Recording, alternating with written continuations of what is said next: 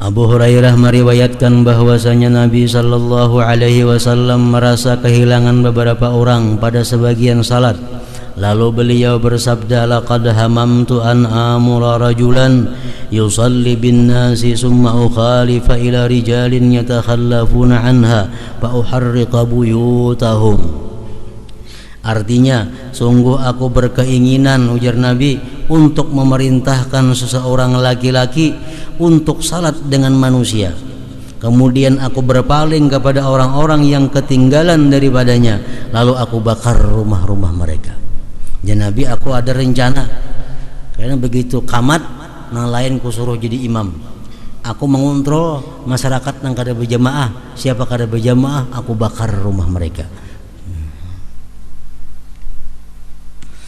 Dan dalam riwayat lain, summa ukhalifa ila rijalin yatakhallafuna anha fa amara bihim fatuharraku alaihim buyutuhum bihazmil hadabi walau alima ahaduhum annahu yajidu azman saminan aw marmataini la syahidaha, yakni salatal isya. Artinya, kemudian aku berpaling kepada orang-orang yang bertinggal daripadanya sembahyang berjamaah, lalu aku menyuruh mereka, lalu rumah-rumah mereka dibakar dengan seikat kayu bakar. Dan seandainya seorang dari mereka mengetahui bahwasanya ia mendapat tulang yang gemuk atau 2 buah delima, niscaya ia menghadirinya, yakni salat isya itu. Utsman radhiyallahu anhu berkata dengan marfu', man syahidal isya faka'annama qama nisfa lailah wa man syahida subha faka'annama qama lailah.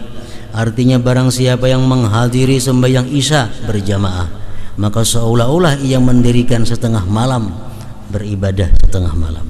Dan barang siapa yang menghadiri subuh, maka seolah-olah ia mendirikan beribadah 1 malam. Orang nih isya berjamaah, subuh berjamaah, itu sudah dianggap orang ini menghidupkan malam dengan ibadah. Sudah dianggap menghidupkan malam dengan ibadah. Dan Nabi sallallahu alaihi wasallam bersabda, man shalla salatan bi jama'atin faqad mala'a nahrahu ibadatan. Artinya, barang siapa yang salat dengan berjamaah, maka ia telah mengisi lehernya dengan ibadah, memenuhi badannya dengan ibadah. Artinya, kenapa? Karena semuaan beribadah.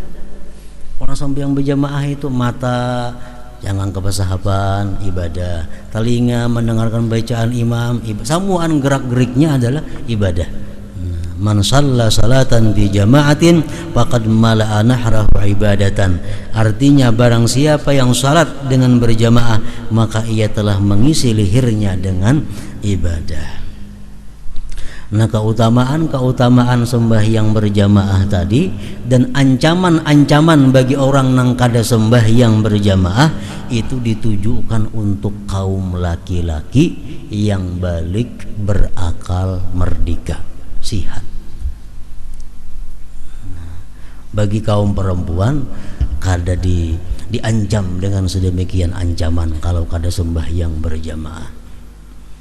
Dan menurut para ahli fikih, bahwa perempuan-perempuan itu alangkah baiknya mereka mendirikan jamaahnya di rumahnya masing-masing.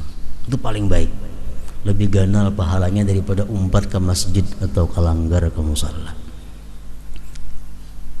Dalam kitab, banyak kitab-kitab fikih mengatakan demikian. Jadi bini-bini misalnya di rumah, umanya jadi imam, anak bini-bininya jadi makmum, nang manggandingnya di rumah jadi makmum, sembahyang berjamaah di rumah. Lebih afdal itu daripada umpat ke masjid berjamaah atau turun ke langgar berjamaah. Terutama apalagi kepada perempuan-perempuan nang masih muda. Itu menurut hukumnya. Amun nak mencari ganal pahala, sembahyang di rumah aja berjamaah, kada usah ke masjid. Cukup nang ibunya jadi imam, nang anak-anak biniannya mah ikut di belakang, sudah berjamaah ngarannya. Nabi afdal itu. Nah, jadi kembali tadi bahwa sembahyang berjamaah ini dituntut hukumnya sedemikian itu bagi kaum laki-laki. Kaum bini-bini tadi lebih baik berjamaah di rumah. Lalu andai kata misalnya si bini-bini ini kata ada kawan di rumah atau kata yang bisanya jadi imam, mana baiknya sembahyang di rumah seorangan masing-masing atau umpat berjamaah ke masjid? Di rumah bini-bini tak kumpul, cuma kadang bisa jadi imam, atau saingannya bini-bininya di rumah, mana baiknya sembahyang sorangan atau ke masjid? Nah, pendapat para ulama-ulama fuqaha mengatakan demikian perinciannya. Pertama, kalau perempuan itu orangnya ajuz itu tuha, artinya 60-an ke atas sudah umur, la yustaha, kada dikapingini orang lagi. Ajuzun la yustaha, tuha kada dikapingini orang lagi, ke masjid sembahyang berjamaah lebih baik daripada sorangan. Tapi kalau perempuan ini masih syabah, masih muda, atau zatil hay'ah, punya keadaan-keadaan yang bisa menggoda laki-laki, lebih baik sembahyang di rumah daripada sembahyang berjamaah, walaupun saurangan sembahyang di rumahnya. Nah, itu hukum fikih. Bini-bini yang masih muda atau bini-bini yang setengah baya,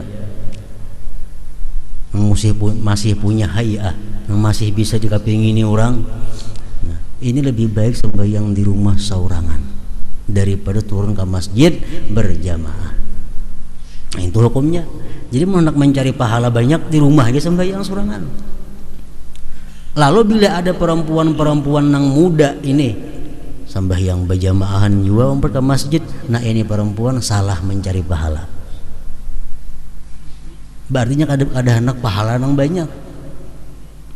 Perempuan yang setengah baya, yang masih dikehendaki orang, masih dikapingini orang, lebih baik sembahyang di rumah walau sorangan.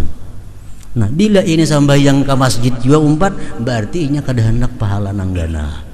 Berarti ada untingan lain di masjid, nah apa kada tahu dicarinya. Kenapa? Kalau mencari pahala di rumah aja sembahyang, lebih banyak pahalanya, lebih besar pahalanya.